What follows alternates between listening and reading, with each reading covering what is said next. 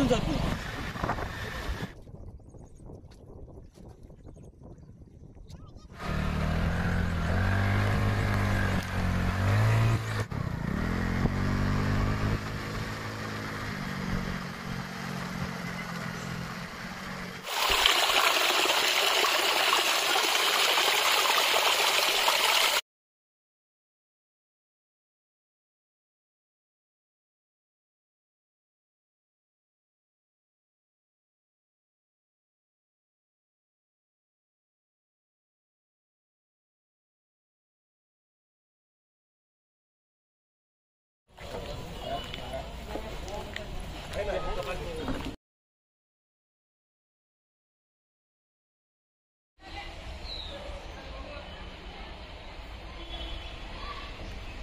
ये हेमाडपंथी मंदिर आहे.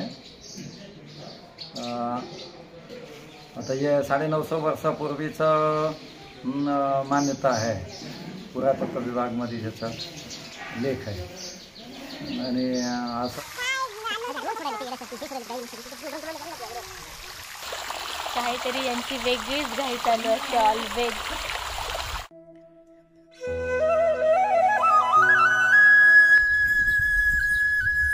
नमस्कार मंडळी, माझ्या एका नवीन ट्रॅव्हल ब्लॉगमध्ये तुमचे सगळ्यांचे खूप खूप स्वागत. आज आपण एक नवीन ब्लॉगसाठी इथे आलेलो आहोत. हे जे ठिकाण आहे पूर्ण तुम्ही जसं बघू शकता हिरवगार पूर्ण जंगलामध्ये वसलेलं ठिकाण आहे. जसं उत्तराखंडामध्ये केदारनाथ वसलेले आहे अगदी त्याचप्रमाणे त्याचेच दक्षिण पीठ हे आहे जे आपण आज ट्रॅव्हल करणार आहोत.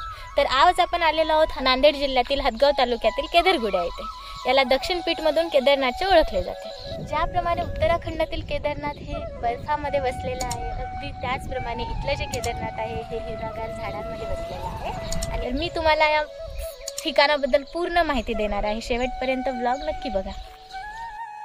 आता आपण पाहूयात इथे जायचे कसे. तर नांदेडवरून जर तुम्ही निघत असाल तर हे ठिकाण नांदेडवरून आहे 55 किलोमीटर. नांदेडवरूनही जर निघत असाल तर आपल्याकडे 2 ऑप्शन येतात. एक हदगावकडून जाता येतं आणि नेक्स्ट जे आहे ते तामशाकडून जाता येतं. तर आपण तामसा मार्ग गेलो होतो या ठिकाणी. तर एक 11 किलोमीटर आपल्याला हे पडतं. तिथेच असं जेव्हा जवळजवळ केदारनाथच्या येतो आपण तेव्हा हे तळ्याचं जे फ्लोअरमधलं पाणी असतं तिथून गाडी आपल्याला पास करायची वेळ आली होती. कारण आपण ते रस्ता प्रिफर केला होता. ते आपल्या मनावरती आहे आपण जायचं कुठून. हे थोडं छान व्ह्यू येईल म्हणून मग आम्ही इकडून जायचं ठरवलं. इथून थोडी गाडी सावकाश चालवावं लागेल कारण की पावसामुळे रस्त्यावरती वळणं निर्माण झालेली आहे. पाऊलवाट आहे ॲक्च्युली ती. या खालून तुम्हाला 4 व्हीलरचा रस्ता अवेलेबल आहे. सो अशा पद्धतीने आपण सुंदरसा प्रवास केलेला आहे.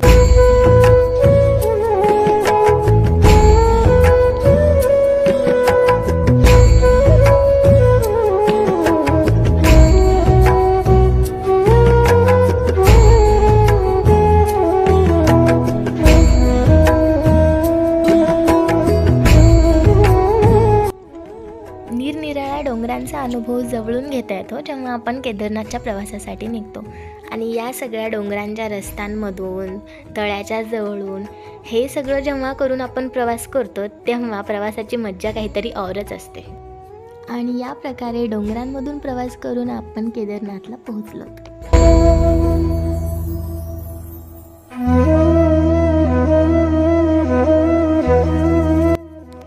देवस्थानाजवळ पोहोचल्याच्या नंतर रस्त्याच्या दोन्ही कडेला आपल्याला सुंदरशी प्रसाद, छान बेलफूल, नारळ इत्यादी वस्तू घेता येतात.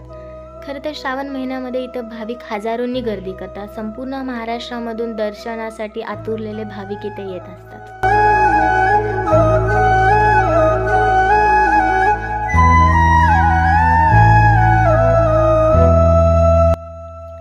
या मंदिराचा परिसर जवळजवळ 32 एकरमध्ये पसरलेला आहे. आपल्याला या मंदिराच्या चारही बाजूला वेगवेगळ्या वनस्पती, औषधी महत्त्व प्राप्त झालेल्या, काहीला प्राचीन महत्त्व असलेल्या आपल्याला बघायला मिळतीलच. ते मी तुम्हाला पुढे व्हिडिओमध्ये दाखवेलच. पण त्याआधी आपण आता मंदिराचे पौराणिक आणि प्राचीन महत्त्व जाणून घेऊयात. याआधी इथे जे महंत महाराज असायचे त्यांच्या ह्या काही समाध्या आपल्याला इथे बघायला मिळतात. देवस्थानाचे मुख्य आकर्षण असणारे महादेव मंदिर लागण्याच्या आधी आपल्याला हनुमानजीचे मंदिर लागते. सुंदरशी रचना असलेले हनुमानजीच्या मंदिरानंतर चला तर आता आपण महादेव मंदिराच्या दर्शनासाठी निघूयात. नुकताच संपलेल्या श्रावण महिन्यामध्ये इथे तेलंगणा, महाराष्ट्र आणि परराज्यातूनही भक्त मंडळी लाखोंनी गर्दी करत असतात. विशेषतः सोमवारी महादेवाचे दर्शन घेणे हे पवित्र मानले जाते, त्यामुळे काही भक्त लोक इथे दुग्ध अभिषेकसुद्धा करतात. केदरगुडा म्हणजेच केदारनाथ हे महादेवाचे मंदिर हेमाडपंथी असून प्राचीन आहे. जंगलाच्या मध्यभागी स्थित असल्यामुळे या प्राचीन मंदिरामध्ये संपूर्ण महाराष्ट्रामधून भाविक येत असतात. कोरोनाच्या काळामध्ये 2 वर्ष बंद राहिलेले मंदिर हे आता भक्तांसाठी खुले झालेले आहे. आपल्याला येथे पुरातन काळातील स्वयंभू महादेवाची पिंड आढळते.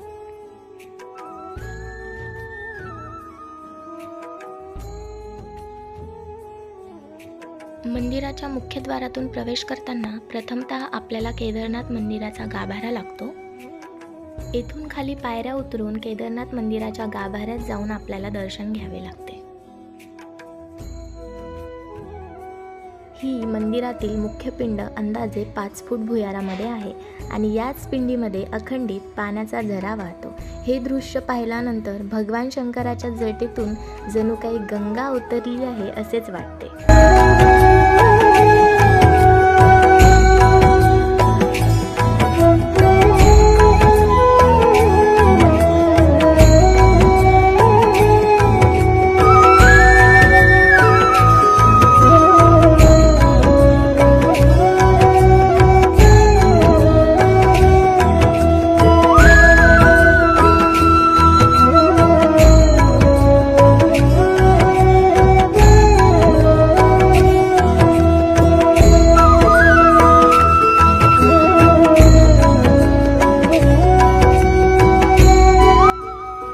पाषाणाने घडविलेले हे मंदिर प्राचीन काळातील रेखीव व कोरीव कलाकृतीचं अप्रतिम उदाहरण दिसते.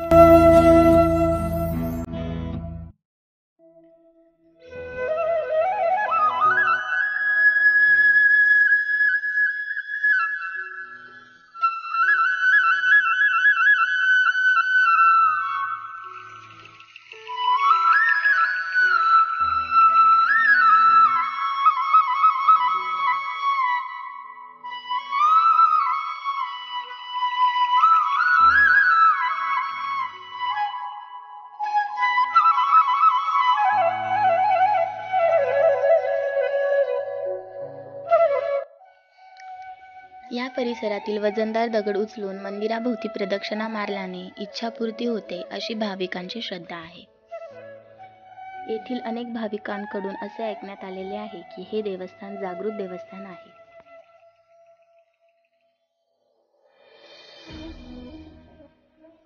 मंदिरालगतच असलेल्या कुंडाजवळचे पाणी भाविक मंडळी आपल्या शेतामध्ये शिंपडत असतात, कारण त्यांची अशी विचारसरणी आहे की इथले पाणी शिंपडल्यानंतर शेतामध्ये कीटकनाशके होत नाही.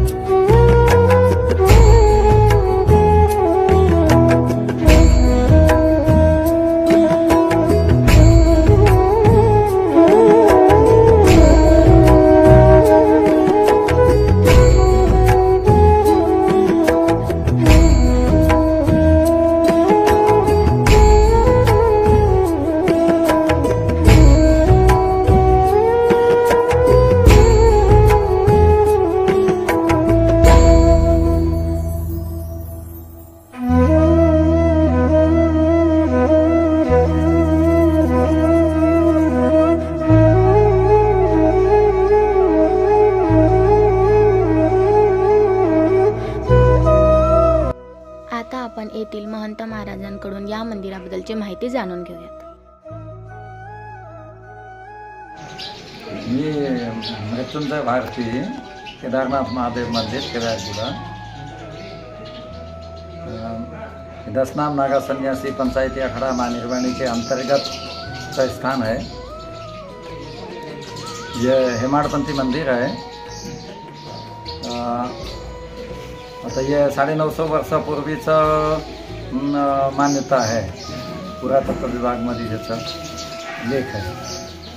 आणि असं धार्मिक मान्यता याचं जास्ती आहे. समजा की स्कंद पुराण, महाभारत आणि तुमचं शिवपुराण याच्यामध्ये याचा उल्लेख आहे. हे पंचकेदारपैकी एक केदार आहे. केदारनाथचे 5 मंदिर आहे. त्यापैकी 3 उत्तराखंडमध्ये आहे. एक तो केदारनाथ, दुसरा बुढा केदार, तिसरा तुंगनाथ आणि चौथा नेपाळला आहे, पशुपतीनाथ म्हणतात. आणि 5वा मंदिर जे आहे हे दक्षिण केदार, गुप्त केदार आहे. हे दंडकारण्य क्षेत्र आहे. दंडकारण्य क्षेत्रामध्ये गुप्त केदारचं स्थान हे केदारगुडा म्हणून ओळखतात. महाराज याची काही खाली जे मंदिर आहे त्याच्याबद्दलची माहिती. मंदिर तेच हे मंदिर जे आहे हेमाडपंथी मंदिर आहे. यादवकालीन हेमाडपंथी मंदिर आहे. यादवकालीन आहे. तर 900 वर्षापूर्वीचं मान्य आहे. आणि ते लगे त्याला मंदिरला भिडून जे कुंड आहे त्याला एक चक्रतीर्थ म्हणतात. आणि पोलेचा दुसरा दिवस, करीचा दिवस मोठी जत्रा भरते. हजारो लोक पाणी घेऊन जातात इथून आणि पाणी नेऊन शेतात शिकतात, काही एरीवर टाकतात आणि पाणीचं बरकत राहते असं मान्यता आहे. आणि 32 एकर मंदिरचा परिसर आहे आणि पूर्ण जंगल आहे. खूपसूरत जंगल आहे, एकदम निसर्गरम्य जंगल आहे. तुम्ही येऊन जंगल फिरून पाहू शकतात. जंगलचं कोणी लकडी फल फूल इथून घेऊन जाऊ नये असं मान्यता आहे. इथून नेता येत नाही, इथं खाता येते. जंगलमध्ये फलफूल असले तर सीताफळ खूप आहे, चिंच खूप आहे आणि विविध प्रकारची फलं आहे आणि फुलं आहे, औषधी आहे. तर हे इथं यूज करता येते. याला बाहेर नेता येत नाही. हे देवराई आहे, राखीव जगा आहे. म्हणजे इतकी जगामध्येच याचा वापर करता येते, दुसरीकडे वापर करता येत नाही. बाकीचा तुम्ही इथं येऊन फिरून पाहिले तर अजून काही चांगलं. आणि ते पाणी येते म्हणतात ते मंदिराच्या तिथं नाग वगैरे येतात ते त्याच्यात येते पाणी. अच्छा, मराठी जरा कमजोर आहे. बरोबर, ठीक आहे. धन्यवाद. धन्यवाद. अशा प्रकारे आपण महंत मृत्युंजय भारती महाराजांकडून या मंदिराचे प्राचीन आणि पौराणिक महत्त्व जाणून घेतलेले आहे. इथे आपल्याला प्रसादही अवेलेबल आहे. सकाळच्या 9 पासून दुपारच्या 2 वाजेपर्यंत इथे कढी भाताचा प्रसाद असतो. त्यानंतर आपण इथली जंगल सफारी करायला निघालो होतो. म्हणजे जे काही महाराजांनी जंगलाबद्दल सांगितलं त्याबद्दल आपण थोडं फिरून बघावं अशी इच्छा झाली होती. तर आम्ही मंदिराच्या मागच्या साईडला आलो होतो. तिथे छान खळखळ वाहणारे पाणी असल्यामुळे आम्ही इथे थोडासा फोटोशूटही केला.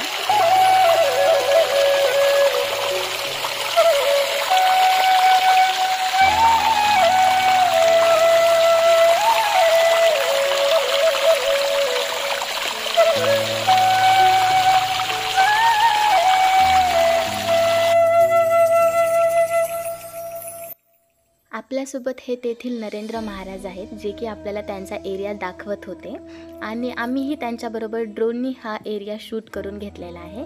सो आमच्यासोबत तुम्हीही हा एरिया आता बघू शकता.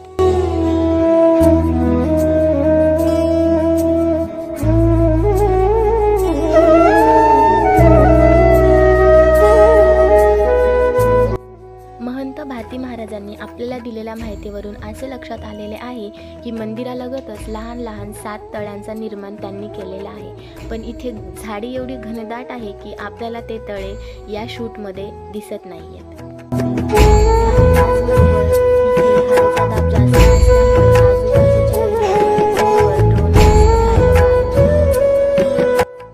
त्यामुळे आपण एका ठिकाणी थांबून जेवढं काही ड्रोनवरून शूट घेता येईल तेवढा घेण्याचा प्रयत्न केलेला आहे.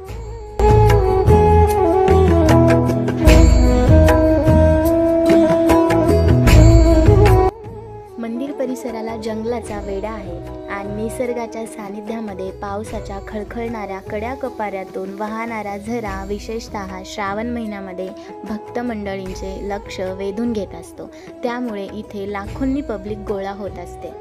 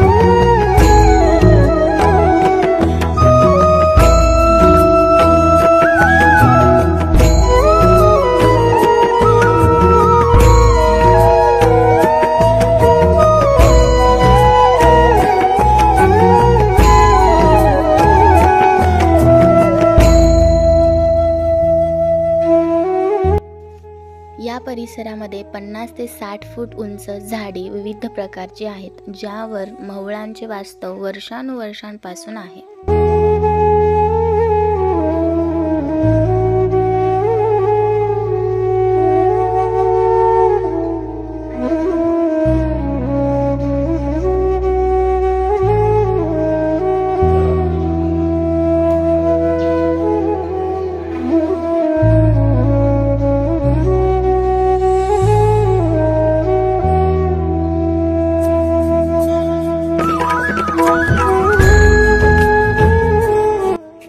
अशा प्रकारे आपण दक्षिण पीठ म्हणून ओळखल्या जाणाऱ्या केदरगुडाबद्दल जेवढी आपल्याला माहिती पॉसिबल आहे तेवढी तुम्हाला आम्ही सांगायचा प्रयत्न केलेला आहे.